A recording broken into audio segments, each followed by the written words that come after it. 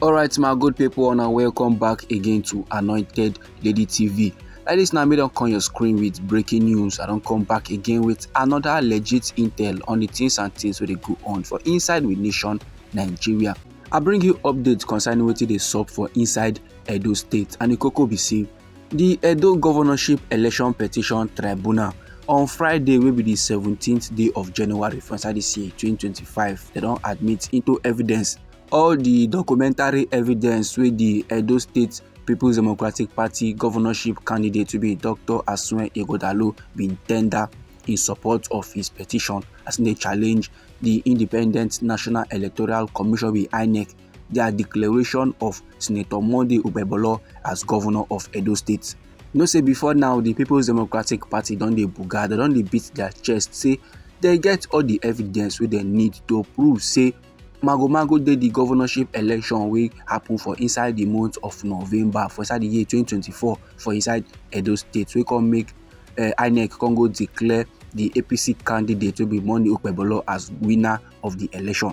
And despite the objections raised by counsels to the respondents wey be INEC, the Independent National Electoral Commission, and even Monday Okpebholo wey be the governor of Edo State, the court still admits all the 1004 documentary evidence wey the petition dem carry come.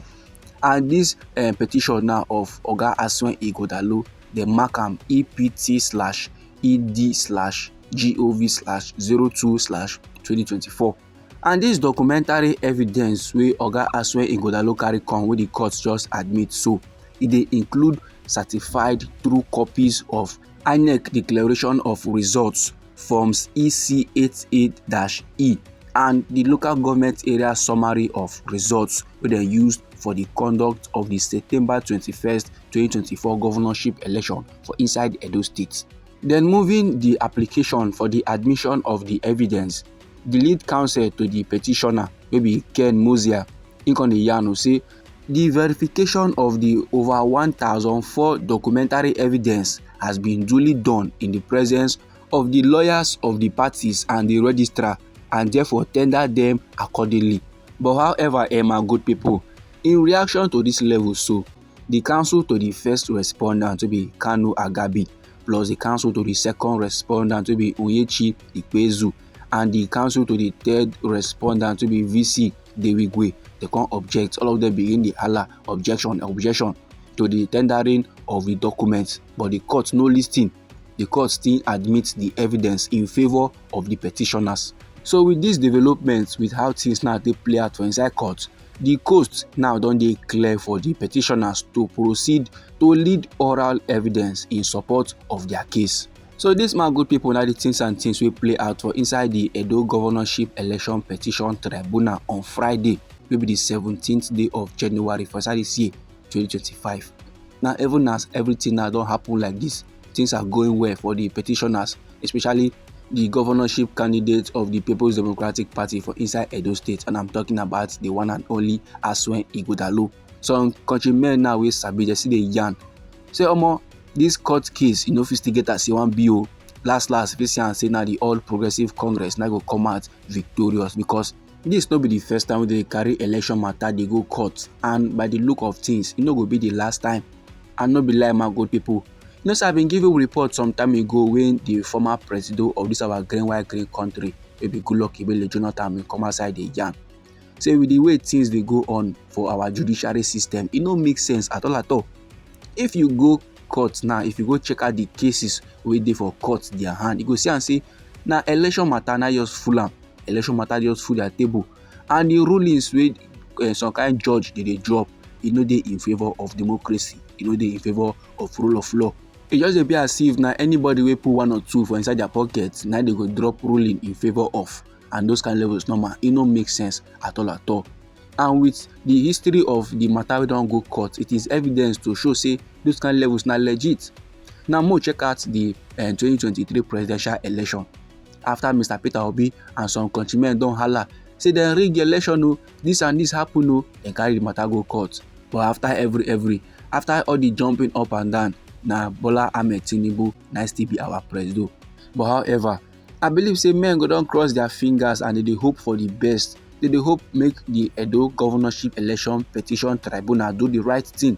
If e be say the over 1,004 documentary evidence wey Oga Asuen Ighodalo and the rest of the petitioners dem arrange na legit, let justice be done and let mandate be restored.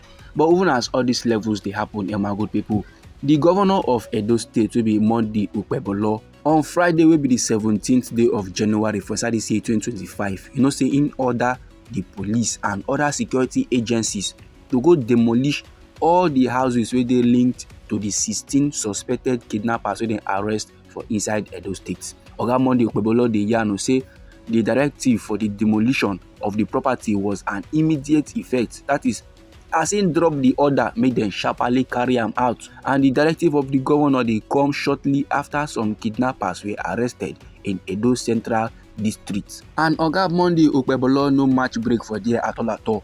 Im still proceed further, dey urge the police to embark on a continuous raid of all the suspected hideouts of kidnappers across Edo State. Like this now, Oga Monday Okpebholo dey give police the green light to do the needful, to do their job with their full chest. And according to the governor, the demolition of every property wey dey linked to criminals, especially kidnappers, go serve as example, go serve as scapegoat to others wey dem never gbab already. And last, criminals wey dey terrorize Edo State no go get anywhere to hide their head, sake of say security operatives for inside Edo State has been very much empowered to fish them out anywhere wey dem dey across the state. Like this now, they don purchase 75 Toyota Hilux vans for the security of their people. Now, even as case dey court like this, they challenge the legitimacy of Oga Monday Okpebholo as governor of Edo State. This man now still dey do the needful. Instead, dey try to make Edo State a place where we say person go fit breathe in well, breathe out well, a place where we say person go fit drink water, drop cup. Now, although we don do some kind of things wey we say men no too dey happy about, as they challenge the orders of the Supreme Court and our President Bola Ahmed Tinubu, and that now concerning the local government autonomy. But no matter the matter, Edo State people, some of them still recognize him as governor wey dey try, while some still dey yarn say this man is very much confused and he doesn't know what he's doing. But anyhow the matter be you for body, my good people, feel free make it drop am inside our comment section. You know say now we be Anointed Lady TV, and our hobby now to dey give una legit intel on the things and things wey dey go on for inside we nation Nigeria. So if you dey gbadu our updates and you go like to dey receive more, try make you subscribe to this our channel and try make you put on the notification bell, so that as we dey bring more news dey come, na you go first receive the updates and you go even receive am sharp. At the comment side again with another legit intel for you, my good people. Try make you no go anywhere.